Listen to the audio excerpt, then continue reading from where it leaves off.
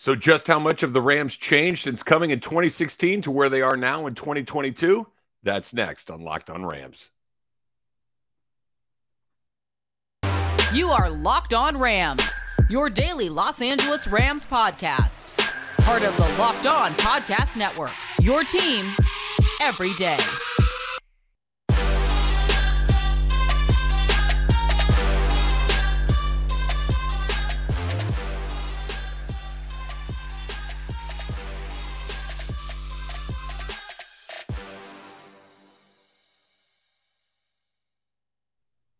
Thanks for making Locked On Rams your first listen every single day, free and available wherever you get your podcasts. My name is Travis Rogers. I am not only the host of Locked On Rams, but I'm also the host of the Rams pre- and post-game show on their flagship station, ESPN 710. Today's episode is brought to you by BetOnline. BetOnline has you covered this season with more props, odds, and lines than ever before. BetOnline, where the game starts.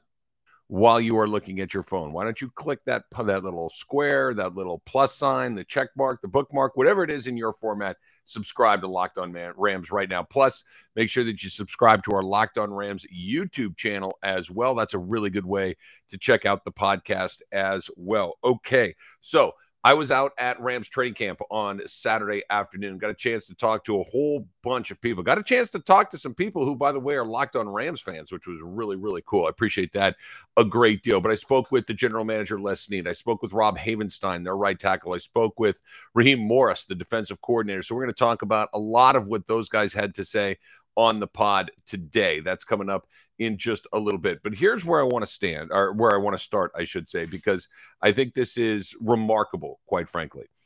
I have been doing that, what I just said. I have been talking to Rams players and coaches. I have been the host of the Rams pregame show and postgame show since the Rams returned from St. Louis and came back to Los Angeles way back in 2016.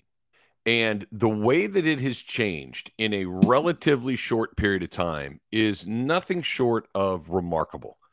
I want to go all the way back to 2016 when they came here. And I'm going to be as honest as I possibly can. And maybe you fall into this category and maybe you don't, but I think a lot of people do. The Rams return to Los Angeles, along with the Chargers, but the Rams return to Los Angeles was met with almost complete indifference. Was met with a sense of, yeah, fine. I mean, fine, you can be here. I don't really care if you're here or not, but I don't hate it. I don't love it. I'm indifferent. And that was kind of the vibe.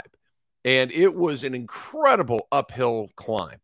And they come here to town. And I remember being at the Coliseum, and they had an event about it was a little bit earlier. It was like in early July, which was kind of a, hey, welcome back to the city kind of event. They opened it up to the public, and it was at the Coliseum, and Kirk Morrison, my partner on the broadcast, and I were down on the field, and we talked to some players, and it was a totally different crew of guys. Like we talked with Tremaine Johnson and Michael Brockers. They're just a totally different group of players.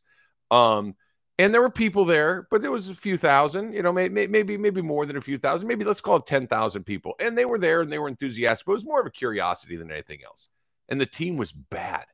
Like, legitimately, it was a bad football team. So fast forward to that first season, and they open up training camp at UC Irvine, and they try to make a lot of noise about, hey, we're back. Hey, we're the team of Southern California, et cetera, et cetera. And they go out and practice at UCI, and it is crickets, man. I don't want to say there was nobody there, because obviously there were people there, but there was no buzz. There was no excitement. There was no anything other than a couple of very diehard people from back like my era, right? I'm 50 years old. I remember the Rams as a kid here in LA. I remember them. They were my team.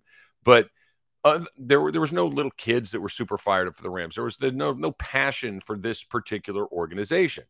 It's only seven years ago.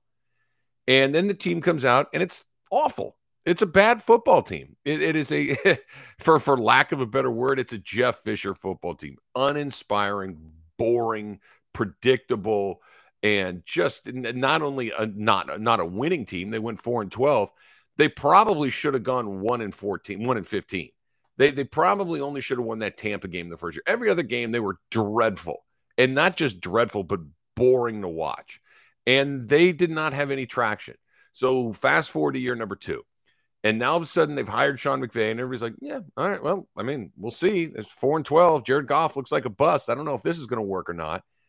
And then Sean McVay comes in and has that first season, and they go 11-5, and it is met with, wait, are they good?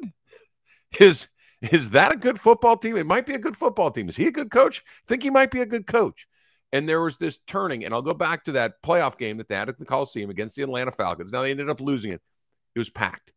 And it was the first time, like we'd seen the Cowboys come in, we'd seen the Chiefs come in, and some other teams that packed the place, the Coliseum, but it was fans of the other team for the most part.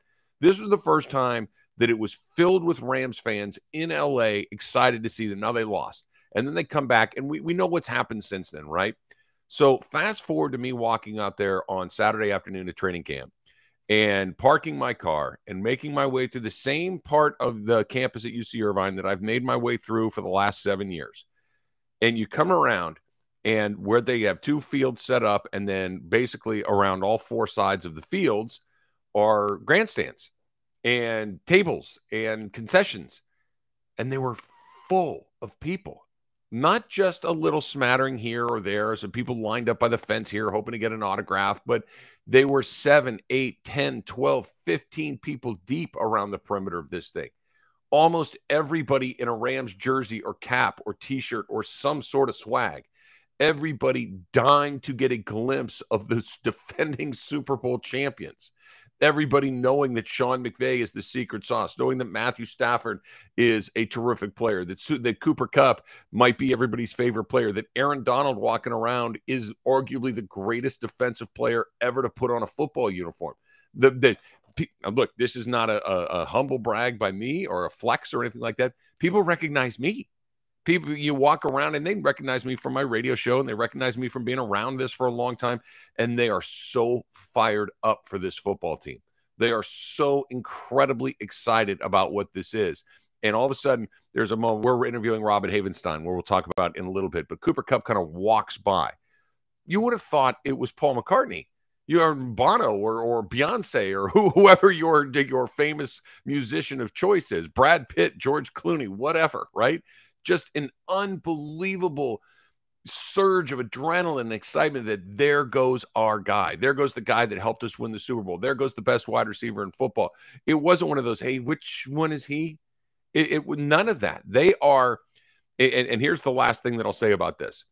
Anytime you go to a sporting event in Los Angeles, and if you are a local here, you understand this. You go to a Rams game, there's going to be Laker paraphernalia. You go to a Laker game, there's going to be Dodger paraphernalia. You go to a Dodger game, there's going to be, Kobe jerseys, right? They kind of all mix together. And there's this three-headed monster now where it's the Lakers, it's the Dodgers, and then just a fraction behind them are the Los Angeles Rams because they're good. They're loaded up with star players. They're the defending champs. They've got SoFi Stadium. Don't sleep on how important that is. But you look around, it's Dodger caps, it's Kobe jerseys, it's Aaron Donald jerseys, and everything feels like they're on equal footing. It was an extraordinary experience in a relatively short period of time and got me very, very excited about what's coming up for the future of this team, in particular what's coming up in their title defense, which is what we will get to next, because there was not a single person that I talked to yesterday, or I should say on Saturday out at Rams camp, that was not 100% on message. And I'll tell you what that message is coming up next. But first, let's talk about Dave, right? Let's talk about what it means when, look, it's happened to you. It's happened to me. I know it's happened to me. I'm assuming it's happened to you. You're short. Though you're in the middle of the month and you don't have enough money to do the things that you got to get done, right? You got to take a trip unexpectedly. You got to fix your car. Gas is down a little bit, I guess, but it's still unbelievably expensive, and something pops up that you need to take care of. And you can't change the past. You can't go back and undo it. But here's what you can do. Dave is the banking app that can help you get up to $500 instantly with extra cash. That's more money to buy a present, to catch up on bills. You can do with the money whatever you want to do. There's no interest and there's no credit check needed. Millions of people have already downloaded the Dave app to get the financial relief they need with extra cash. Here's how you do it. Download the Dave app from the App Store right now. That's DAVE. Sign up for the extra cash account and get up to $500 instantly. For terms and conditions, go to dave.com/legal. Instant transfer fees apply. Banking provided by Evolve, member FDIC. Help yourself out, right? Future you will thank you. That's the Dave app. Go to the App Store right now and download that Dave app. So, like I mentioned, we spoke with Rob Havenstein, the right tackle. He's, by the way, let's start right there. Rob Havenstein is one of two guys that are still on the Rams that were part of the move from St. Louis here to L.A. Aaron Donald, of course, is the other one. And talking to him, I asked him the question we were just talking about right there. Like, did you imagine this taking place in a relatively short period? I know 7 years is not, 7 minutes, but to go from just, I don't want to say it's the Clippers or it's not quite that, but it's because it's the NFL, but they were not a part of the mix 7 years ago. They were barely, on a level of some of the college teams there. People just weren't that interested to where they are right now. And I asked him that question. He goes, it's a tough question to ask, but no, not really. No, I did not think it was going to turn that quickly. And I think that him and Les Snead and Kevin Demoff and these guys that have been here for the entire run are probably the guys that can give you the best perspective on all of that stuff. Okay, so he also said something that was the same thing that Raheem Morris told me. It was the same thing that Les Snead told me. It was the same thing that you heard from just about everybody that came by, and that is we are incredibly thankful that we are the Super Bowl champions from a year ago. We enjoyed every minute of it. We celebrated it. They talk about it enthusiastically, but to a man, they were on message. To a man, they understood that, hey, look, that's what it is, and that's what it was, and I loved it, but let's go. Let's start all over again. Let's get this done again. Let's figure out why it's been 20 years since the Patriots repeated as Super Bowl champions. That was the last team to do it, and let's figure out how we can do it too. Because when I introduced Rob Havenstein as the defending Super Bowl champion, I asked him, how does that feel? You get a little smile because it feels pretty good, and they're instantly into the next season. And I get it. And I get that's how a lot of athletes do. I said to Les Snead the same thing, Super Bowl champion general manager, Les Snead, and a little smile creeps across his face, but very quickly, it's right back to the business at hand. Very quickly, it's right back to it all over again. Said it to Raheem Morris, the Super Bowl champion defensive coordinator from a year ago, Los Angeles Rams, a little bit of a smile, and then just very quickly, hey, we got to make sure that we got this guy in this spot and this guy at this spot. Let me tell you about Aaron Donald. Let me tell you about Jalen Ramsey. Let me tell you about how we're going to replace Darius Williams. All of these things kind of going through it. Every last guy on message. And the best part about it for me was, at least, I have been doing this, not just with the Rams, but interviewing athletes and coaches and executives for the better part of 30 years. I like to think that I can tell the difference between when somebody is reading from a script and just kind of saying what they're supposed to say because somebody said, hey, do not talk about X, Y, and Z, and do talk about, PDQ. Fine. And then the opposite of that being when they're just telling you what's going on, when they're talking like a regular person, when they're kind of giving you some insight into what it is that they're doing each and every day. That's what it felt like with the Rams. They're all obviously been told, or not even told, but educated that, look, that what happened before doesn't matter. Nobody cares. When the Bills come in on Thursday night, September 9th, to open up the season, they don't care that the Rams won the Super Bowl a year ago. The Rams don't get, an extra point or two on the board because they're defending Super Bowl champs. They got to go they're starting from scratch like everybody else. And I think that they understand that. I really do. Raheem Morris said something interesting to me when we were talking, when I was asking him about being the defending champs. He says, look, we're going to respect it. We're going to enjoy it. And there are times when we're going to be able to draw from the experiences that we had going through something like that. But we are absolutely not going to rely on it moving forward, which I think is probably the perfect way to go about doing this, right? You can't really rely on this, but you can use it. You can use it as, okay, we were down. I'm talking with Havenstein and asking him, okay, look, you get the ball back. It's 6 minutes-ish to go, and you're down 4, and you got to go get a touchdown. What does that feel like? What does Sean McVay say? What does Matthew Stafford say in those moments? And it was, go make a play. Go, we're going to call a play, do your job on this play. And, Rob Havenstein is a very big man, 6'7", 6'8", 330 pounds, and lean and strong and a very impressive looking guy. And he looks at me and he says, it was actually pretty easy because it's something that we've been doing a lot, which is here's the play call. I know I need to block that guy on this play. That's all I have to do. I don't need to worry about what happened in the last play. I don't need to worry about what's coming on. I need to make sure that this guy gets blocked. I need to make sure that I'm giving help over here. And when that's done, we all instantly went to the next play. What do we do now? And just play to play. Easy is probably the wrong words, and I don't think that's actually what he said. I think it was more just it was comfortable that we knew that this was the way that we had to go about doing it. And you can tell that these guys are all wearing this really, really well. Who knows? Look, the Rams' schedule is an absolute monster. They could come out of the chute and have their first 4 or 5 games, and you could be looking up. They could be 2-3 pretty easily, right? They're playing really good teams all season long. They got a tough one right out. So we don't know what it's going to mean by the time you get to the end of the line, but I do not have the sense that anybody that I spoke to yesterday, listening, watching the intensity of the practice, that anybody was feeling like, hey, we got this thing last year. We're going to be able to roll this right back through it again. We should be just fine along the way. I never had one moment where that's what it felt like, and that's really good news. Okay, so what did Les Snead have to say about the window that he introduced us to not that long ago? That's coming up next on Locked On Rams. But first, let's talk about BetOnline, the fastest and easiest way to check in on all your betting needs. Find all your favorite sports and events at the #1 online source for odds, lines, and games. I'm just telling you, maybe take a look at the Dodgers. They are just out of their minds right now. Maybe an over-under total right now as far as wins, and maybe over. Just saying they're just pretty hot right now. Find reviews and news from every league, including Major League Baseball, NFL, NBA, NHL, combat sports, esports, and even golf. Head to BetOnline today or use your mobile device to learn more about the action happening right now. BetOnline, where the game starts.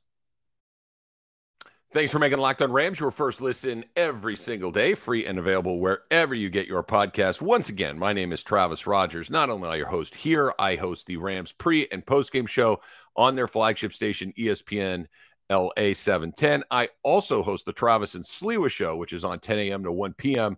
Monday through Friday as well. So on the Travis and Sliwa show, Les Snead joined us right after they won the Super Bowl, and we were talking about, okay, you've climbed the mountain. You've won the Super Bowl. How long can you be a team that's as competitive as you've been for the last 4, 5, 6 years? How long can that window stay open?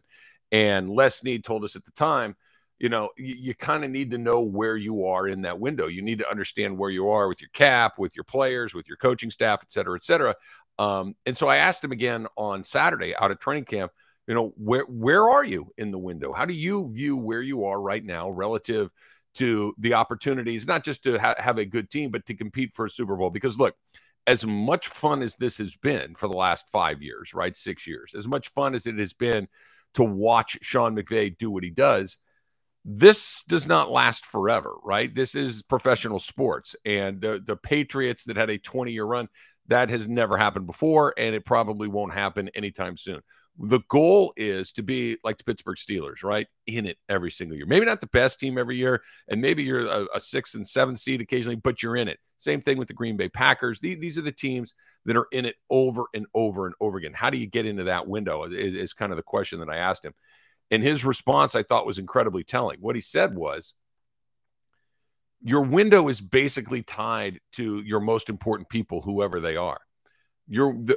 As long as Aaron Donald is in or near his prime, as long as Matthew Stafford is in or near his prime, and then he put this name in there too, as long as Sean McVay is in or near his prime, we've got a chance to do special things. Love it. Absolutely love it. For all of the obvious reasons, right? It's not just that Matthew Stafford, the game is changing, right? We're seeing quarterbacks play closer and closer to 40, and in Tom Brady's case, beyond 40. I'm not saying anybody else is going to be the next Tom Brady, but, there are guys that can play to their 40s. Aaron Donald plays an incredibly demanding physical position. I don't know if that little choke drill that he had going on the other day, did you see that? That was pretty crazy, where he's like jamming some guy in the neck as he's moving to his right. Anyway, I don't know how long he can stay in his prime. He's in it right now. The McVay thing is far more interesting to me, because his prime, when is a coach's prime? 50, 55, 40, 45? He's in his mid-30s. Presumably he's 10 years away from his prime, and he's already been to the Super Bowl twice. I think that you've got a 1 in a million guy. You've got a guy whose prime may last 30 years in his profession. Now, you got to have players. You got to have opportunities. You got to pick the right guys. You got to surround them with the right coaches, all of these things. But when he said the Sean McVay is in or near his prime, my ears went up. It's like, oh, okay, that's a little bit different than anything that I've been thinking before, because, it's easy to connect it to Matthew Stafford. It's easy to connect it to Aaron Donald. And I'm not saying that there is another Aaron Donald waiting to go, but no one else has one either, right? You can still find a way to get some stuff done. You can still find a way to get some very good players along the way. And these are the things that when you hear them talk about it, it just feels like such an unbelievable opportunity. I'm watching that team practice on Saturday. They're still really, really good. Injuries, wild card. Bad luck, wild card. A couple of missed high-round draft picks could really derail the thing. Or in the Rams' case, Les Snead in particular, you miss in the 4th, 5th, 6th, 7th round a few times along the way, as opposed to finding a Cooper Kupp or a John Johnson or any of these other guys that they've been able to slide into starting roles in these places. Then you start to drop back a little bit. But they have a philosophy. They're executing it incredibly well. And just watching all of those guys out there, they're feeling pretty good about themselves. And in a very normal, confident, comfortable way. Not in a, get ready for the fall. We've all seen that. We've all seen the moments where it feels like, oh, this is right. This is the scene in the movie right before somebody drops at practice and the whole thing comes unglued. Not that. Just in a, hey, look, we are good. We know we're good. We're still working. We're going to get better as we go through it. And we still have a lot of work to do. It was an incredibly exhilarating moment to be out there with the team over the weekend, and can't wait to get back out there again. All right, that's going to do it for this edition of Locked On Rams. Thanks for making us your first listen. Now make your second listen, the Locked On NFL podcast. Our national NFL experts and insiders keeping fans dialed in with the biggest stories and latest news from around the league, because an offseason does not equal a break in the action. Until next time, whose house? It's Locked On Rams' house.